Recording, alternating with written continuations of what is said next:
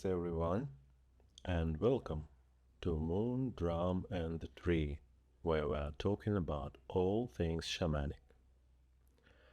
Today's video's topic is: how does one become a shaman?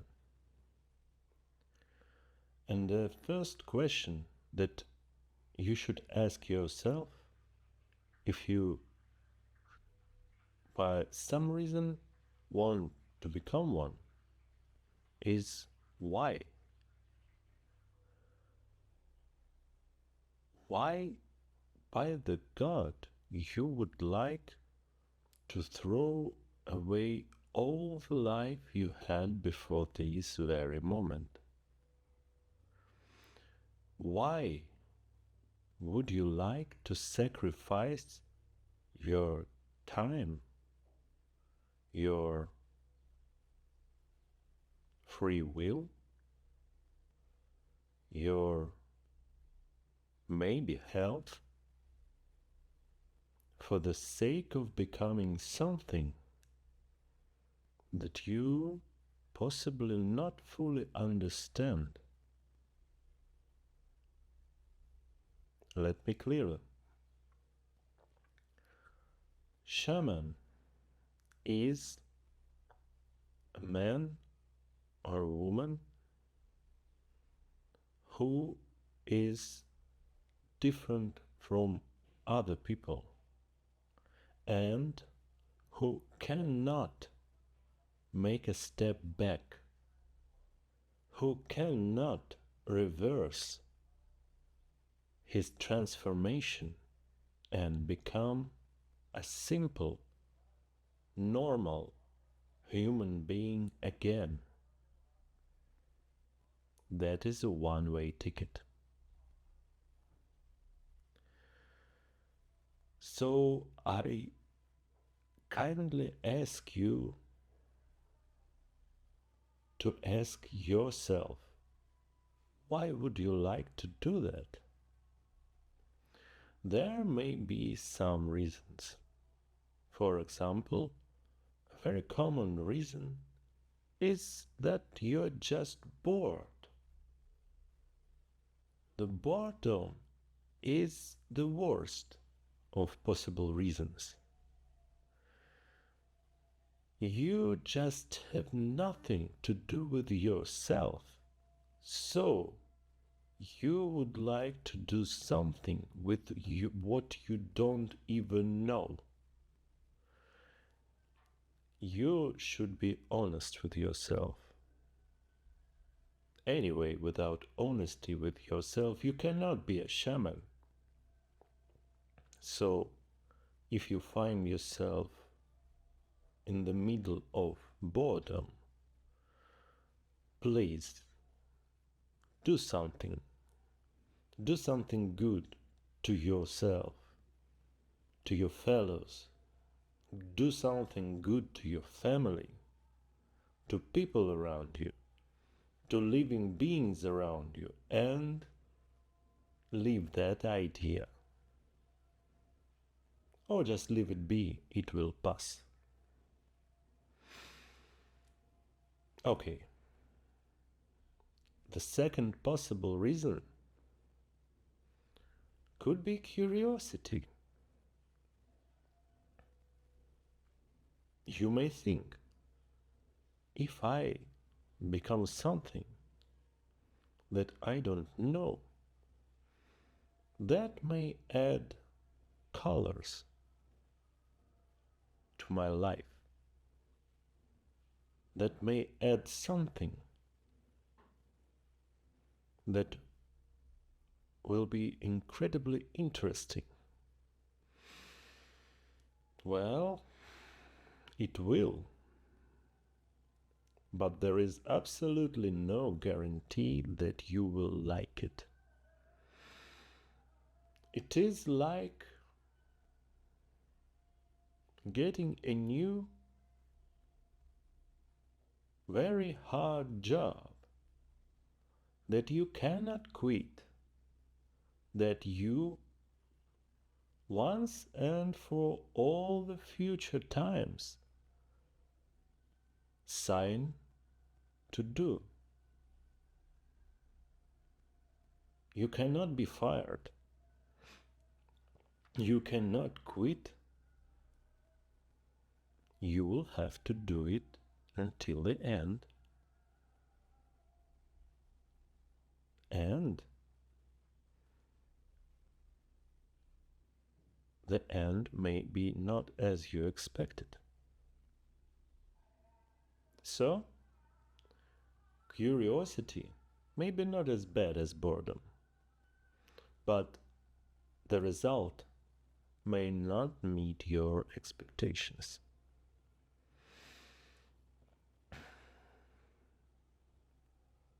Another reason, which is very special because it is not very easy to catch,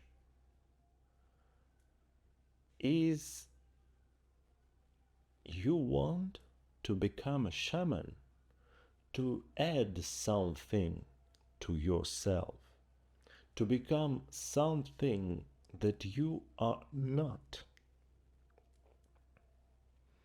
to become something more than you are now. And this is a very strong motivation, but it is a dangerous one because it's quite the opposite of what you should have to become a shaman. If you want to add something to yourself, that means that your ego wants to become bigger, stronger. That means that you are thinking about raising your own price in your own eyes or in the eyes of others.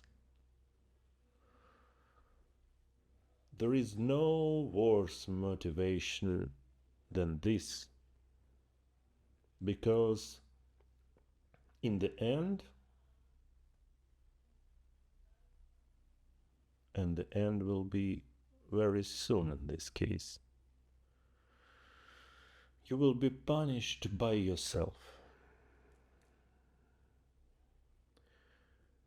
The pride is not a good company when you are going to a long and dangerous journey, which aim is to help yourself and help others. So, there are two possibilities. Either you will be crushed by your pride, or in the good scenario, you will be stripped out of any ego and reborn as a shaman.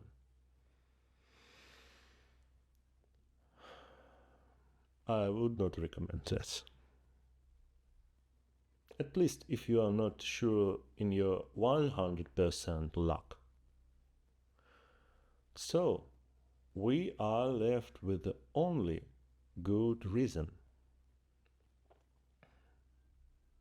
You would like to become a shaman to help yourself or help somebody else, and you see no other way to do that. In this case, you are welcome. What is it to become a shaman? Could one willingly become a shaman? The answer is maybe. Depends on you. What should you do if you are quite sure that your reason is good? The shaman is a person with a lot of sense, It is a common sense, first of all, and it is also sensitivity. Sensitivity is not only about your physical perceptions, it's also about your feelings, about your thoughts. It is about everything outside and inside of you. Even if you are starting from being thick as a piece of wood, in time you will train yourself on this way to become as sensitive as possible. And that is absolutely not safe and at times not pleasant. The only thing why you are doing that is because you cannot do anything else, and because on a very deep level you understand that that is right. So, where do we start? First of all, as I said before in my video about places where shamans live, you should go as close to untouched nature as it is possible. Go to the forest if you have one. Go to the park if you don't have a wild forest. Go to any green that you have near your place. Go there, make sure that you are not disturbed, at least too much. Make sure that you are alone enough to sit without loud noises or people running around. Sit and stay calm. How to choose the place? You should start by walking. Walk into the forest. Walk into any piece of nature that you have until there are not much people around. The less people around, the better. And you should look for a sign, a single object. It may be a big old tree, it may be a big stone, it may be anything, but is not same as its surroundings. You sit there and stay calm, stay silent.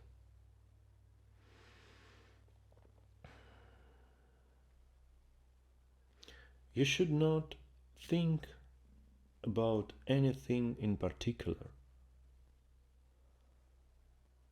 The thoughts that you will have at first, maybe hour, maybe minutes, will be like a flash of everything that you experienced that day or a week before.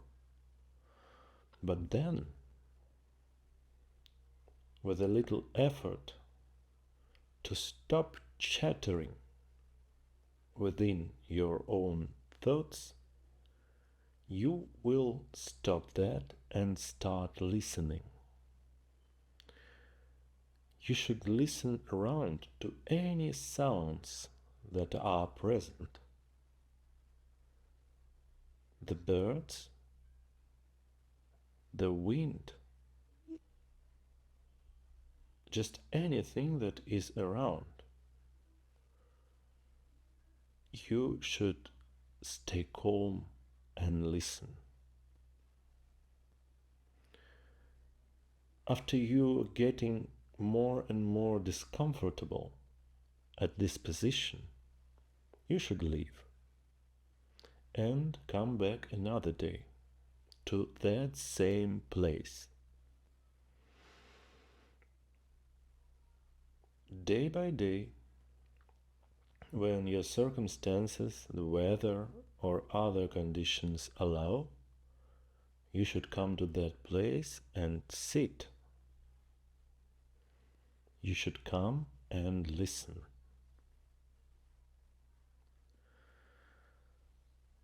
Once in some time, which is different for any person, you will see the difference. Not with your eyes, not with your ears. That will be no taste, no smell, no any visual experience or sound. But you will discover that objects around you which belong to nature, such as trees, water, grass, are somehow changed. Somehow they become more distinct, more shiny, more luminous. And after that happens, you should come at a different time. Next, you should come to this place in the twilight and repeat everything that you did before for many days at this point, and until you will feel some presence. And when that happens, you should ask out loud, am I welcome here?